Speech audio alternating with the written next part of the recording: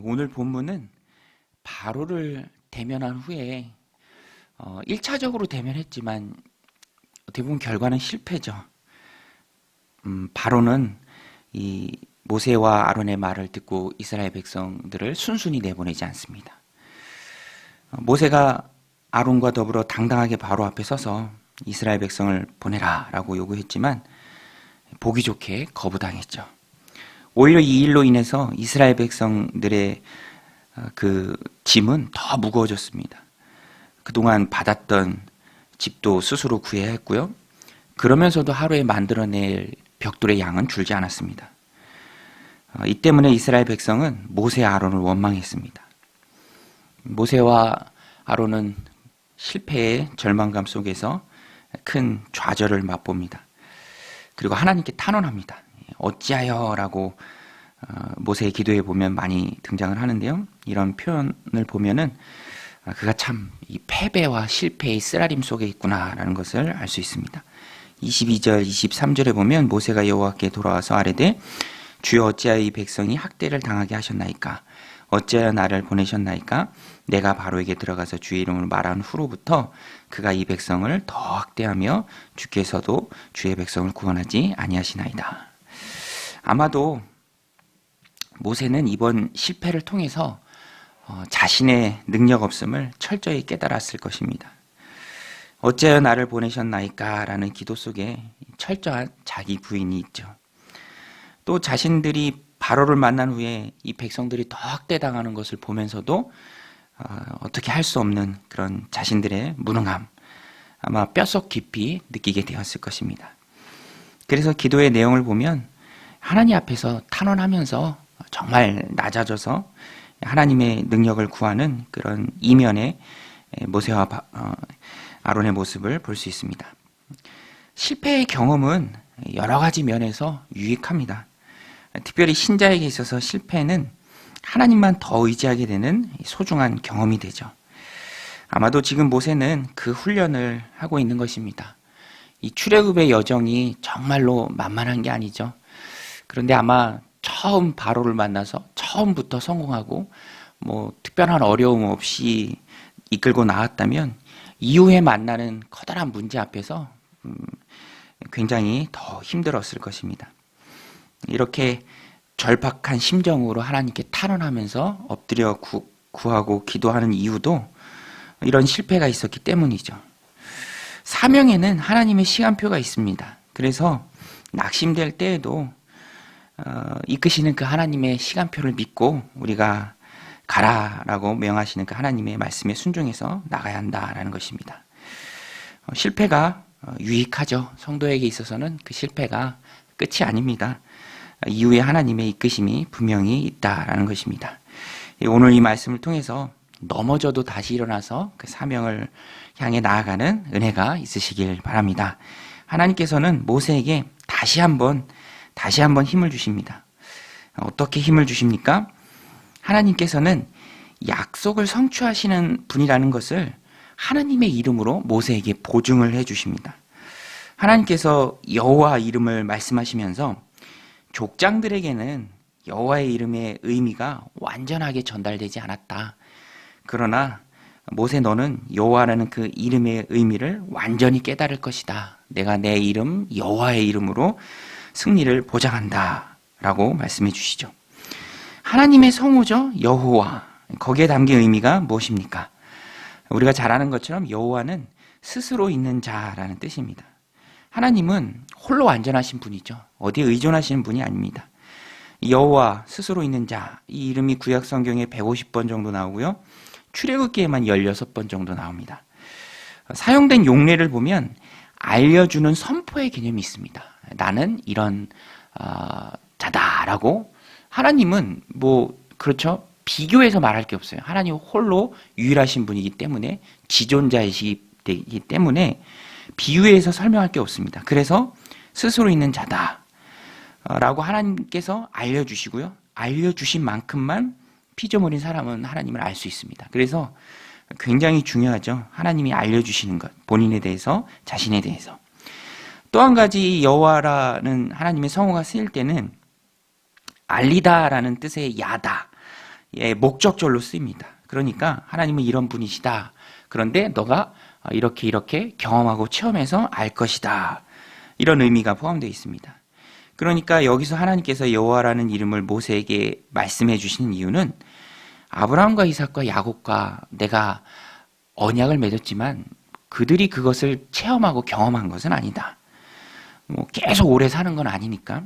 그런데 모세 너는 아브라함과 이삭과 야곱과 약속했던 것을 그 성취를 통해서 체험을 통해서 경험을 통해서 네가 알 것이다 라는 의미죠. 그러니까 약속의 성취를 의미하는 것입니다. 약속을 맺기는 했지만 그 성취까지는 보지 못했던 족장들과 달리 그들과 맺은 그 언약을 그 성취를 모세 너는 볼 것이다 라는 약속을 이루시는 그 하나님께서 모세에게 여호와의 이름이라는 보증으로 굳게 알려주시는 것입니다. 오늘 말씀 2절에서 5절부터가 그 내용인데요. 5절까지가 그 내용인데요. 하나님이 모세에게 말씀하여 이르시되 나는 여호와이니라. 내가 아브라함과 이삭과 야곱에게 전능의 하나님으로 나타났으나 나의 이름을 여호와로는 그들에게 알리지 아니하였고 가나안 땅 곧 그들이 거류하는 땅을 그들에게 주기로 그들과 언약하였더니 이제 애굽 사람이 종으로 삼은 이스라엘 자손의 신음소리를 내가 듣고 나의 언약을 기억하노라. 내가 그들과 맺었던 언약을 기억하고 여호와 하나님 내가 그 약속을 성취하겠다. 너는 그것을 볼 것이다. 내가 내 이름으로 여호와의 이름으로 그것을 보증한다라는 주님의 힘을 주시는 말씀이죠. 여러분 하나님께서 하나님의 이름을 걸고 보증하는 것은 반드시 이루어질 줄로 믿습니다.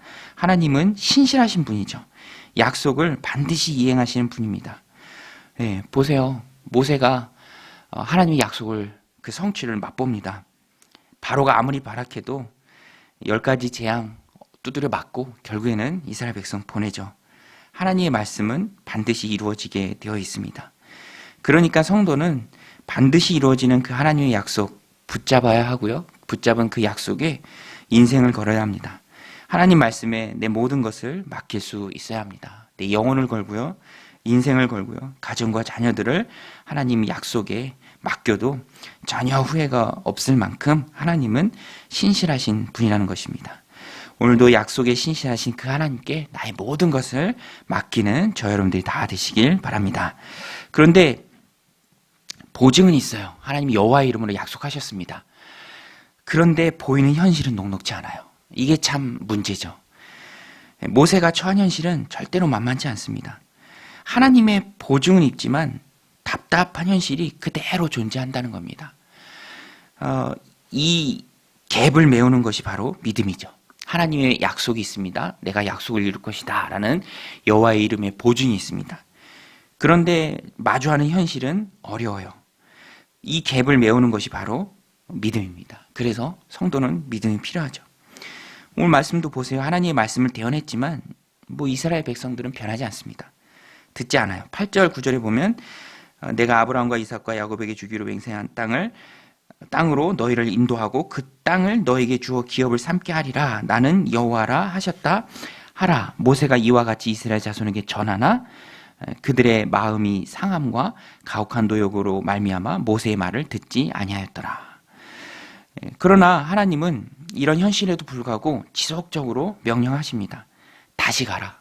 다시 가라. 바로에게도 가라. 모세가 실패로 인해서 주눅이 들고 자신감도 잃어버렸습니다. 아니 이스라엘 백성도 안 듣는데 바로가 듣겠습니까? 라고 모세가 말하죠. 자신감 잃어버린 모습. 그러나 하나님께서는 그래도 가라. 다시 한번 힘을 내라. 라고 말씀하십니다. 여기서 우리가 깨닫는 것이 무엇인가? 하나님께는 핑계가 안 통합니다. 하나님은 하나님의 백성을 통해서 일하시기를 원하세요. 나를 통해 일하기를 원하십니다. 그래서 12절에도 모세가 상황을 핑계로 들고 자신의 부족함을 핑계로 들지만 하나님께서는 여전히 통하지 않습니다. 그래도 가라라고 말씀하세요. 12절 13절에 보면 모세가 여호와 앞에 아뢰어 이르되 이스라엘 자손도 내 말을 듣지 아니하였거든 바로가 어찌 들으리까 나는 입이 둔한 자니이다. 여호와께서 모세와 아론에게 말씀하사 그들로 이스라엘 자손과 애굽 왕 바로에게 명령을 전하고 이스라엘 자손을 애굽 땅에서 인도하여 내게 하시니라. 현실이 답답하고 나의 부족함이 너무 크게 보이지만 그래도 하나님은 가라라고 말씀하십니다. 그때 사명자인 우리에게 필요한 것은 바로 믿음이죠. 그래서 우리는 하나님께 믿음을 구해야 합니다. 또 하나님의 말씀을 믿고 가야 합니다. 바로 앞에 서야 합니다. 그것이 바로 사명이죠. 하나님은 우리에게 현실을 이겨낼 믿음을 요구하십니다. 앞이 안 보이고 두렵지만 잘 될 것 같은 징조도 보이지 않지만 그래도 믿음으로 바로 앞에 나가야 합니다. 그래서 우리는 하나님께 믿음 주시기를 간구해야 하고요. 그 믿음 붙들고 하나님 주신 사명 완수해야 합니다. 중국 선교의 아버지로 불리는 허드슨 테일러 선교사님은 믿음으로 중국 선교의 문을 열었죠. 앞에 보이는 것은 없지만 잘 될 것 같은 모습은 전무했지만 그래도 믿음으로 나아갔습니다. 그가 남긴 말이 있는데요. 이렇게 말했습니다. 저는 제 아이들의 필요를 알아내는데 별로 어려움을 느끼지 않습니다. 마찬가지로 하나님 아버지도 저의 필요를 잘 아시고 채우리라 믿습니다. 이런 믿음으로 선교하며 나아갔죠. 그래서 그가 남긴 유명한 말이 지금도 여러 선교단체에서 차용하는 말이 페이스 미션입니다. 믿음 선교죠. 도우시는 하나님에 대한 굳건한 믿음. 그래서 믿음으로 일단 나아가고 보는 거죠. 오늘 이 팍팍한 세상을 살아가는 우리도 이런 믿음이 있어야 합니다. 페이스 선교, 페이스 워크, 페이스 비즈니스. 믿음으로 아이들 양육하는 것, 또 믿음으로 목회하는 것. 이런 믿음이 우리에게 필요하죠. 오늘 우리도 모세의 모습을 보면서 여전히 바로 앞에 서라라고 명령하시고 모세를 사용하기는 하나님을 우리가 깨닫고 그러나 우리들 앞에 있는 마주하는 그 암담한 현실, 상황들 그것을 극복할 수 있는 믿음을 달라고 우리 하나님께 구해야 합니다. 하늘 아버지가 나의 진정한 아버지이심을 우리가 믿고 깨닫고 내 삶을 필요한 것들로 채우실 것을 믿고 나아가야 한다라는 것입니다. 내가 믿음의 발자국을 떼서 두려움을 극복하고 바로 앞에 선다면 하나님께서는 약속하셨던 것처럼 펴신 팔과 강한 손으로 함께하사 바로를 꺾어 버리실 것입니다. 오늘 이 믿음을 가지고 우리가 나아가야 할 바로는 어디입니까? 믿음 가지고 나아가서 하나님을 의지해서 믿음으로 승리하는 저 여러분들의 하루의 삶이 되기를 주님의 이름으로 간절히 축원드립니다. 우리 같이 말씀 붙들고 기도할 때 하나님 실패를 통해서 하나님께 나아가게 하여 주옵소서. 무릎 꿇고 하나님의 능력을 더욱 의지하는 시간 되게 하여 주옵소서. 신실하신 하나님 앞에 인생을 맡기길 원합니다. 그러나 우리들 앞에 펼쳐진 현실은 절대로 녹록지 않습니다. 만만치 않습니다. 바로가 기세등등합니다. 그러나 계속해서 나가라, 다시 한번 힘내라라는 그 하나님의 말씀을 의지해서 믿음으로 나아가길 원합니다. 하나님 우리에게 믿음을 허락하여 주옵소서. 믿음으로 선교하게 하시고 믿음으로 자녀들을 양육하게 하시고 믿음으로 일하게 하시고 믿음으로 사업하게 하시고 믿음으로 오늘 하루도 승리하는 복된 인생들 되게 하여 주옵소서. 하나님 은혜를 부어 주옵소서. 우리 함께 기도하며 나아가겠습니다.